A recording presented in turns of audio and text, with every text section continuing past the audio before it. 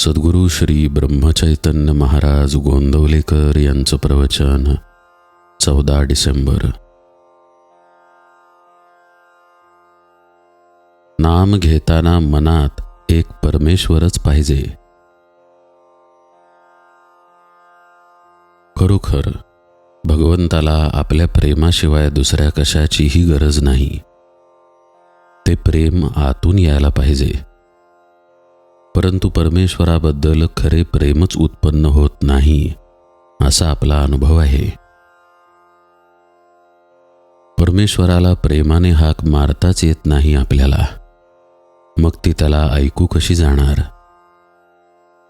सहवासाने प्रेम वाढते. आगगाडीच्या 4 तासांच्या सहवासाने जर प्रेम उत्पन्न होते तर नामस्मरणाने प्रेम का उत्पन्न होणार नाही? देहाशी अनंत जन्मांचा सहवास असतो म्हणून देहावर प्रेम जडून देहबुद्धी येते. नामाचा सहवास पुष्कळ म्हणजे सतत करावा, म्हणजे विषयावरची आणि देहाची आसक्ती कमी होऊन नामावर प्रेम जडते.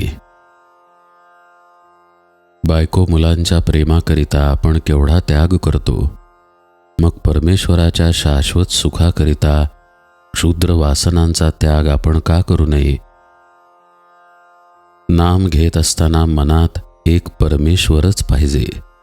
दुसरी कोणतीच वृत्ती उठता कामा नये. तेच खरे नामस्मरण. विकार हे मुळात टाकाऊ नाहीत, ते भगवंतानेच दिले आहेत, म्हणून त्यांना जीवनात योग्य स्थान असलेच पाहिजे. किंबहुना व्यवहारामध्ये विकारांची जरुरी आहे.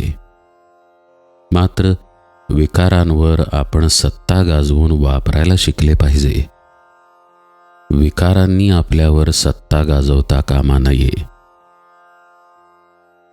समजा राजगिरा आणि भुईमुगाचे दाणे मिसळले आहेत. ते वेगळे करायचे असतील तर त्यातले एक काढले की दुसरे आपोआप शिल्लक राहते.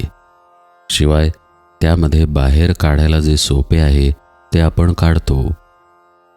त्याप्रमाणे घ्यायला सोपे असलेले भगवंताचे नाम आपण घेत गेल्याने विषय आपोआप बाजूला पडेल.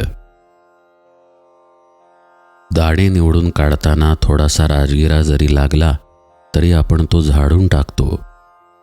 त्याप्रमाणे भगवंताच्या अनुसंधानामध्ये नको असला तरी थोडा विषय येणारच, पण तो हवेपणाने भोगला नाही तर तो आपल्याला बाधक होणार नाही. सर्व संतांचे सांगणे एकच आहे आणि ते असे की तू भगवंताचे अनुसंधान म्हणजे स्मरण ठेव, त्याने तुला सत्याचे ज्ञान होईल. भगवंताचे अनुसंधान याचा अर्थ असा की बाकीच्या गोष्टींकडे दुर्लक्ष झाले तरी चालेल, पण परमात्म्याचे विस्मरण होता कामा नये. भगवंताचे अनुसंधान कोण कसे ठेवील याचा नेम नाही. कोणी पूजा करून ते ठेवील तर कोणी भजन करून ते ठेवील, कोणी नामस्मरण करून ठेवील, कोणी मानस पूजा करून ते ठेवील, तर कोणी चित्रकलेमध्ये सुद्धा ठेवील. भगवंताचे अनुसंधान हे आपले ध्येय ठेवावे आणि त्याला अनुसरून बाकीच्या गोष्टी आपण करूया. कर्तव्याची जाणीव आणि भगवंताचे अखंड अनुसंधान हेच सर्व पोथ्यांचे सार आहे. अखंडमुखी रामनाम हात असावे अनुसंधान, हाच सगळा परमार्थ जाण. जानकी जीवन स्मरण जय जय राम.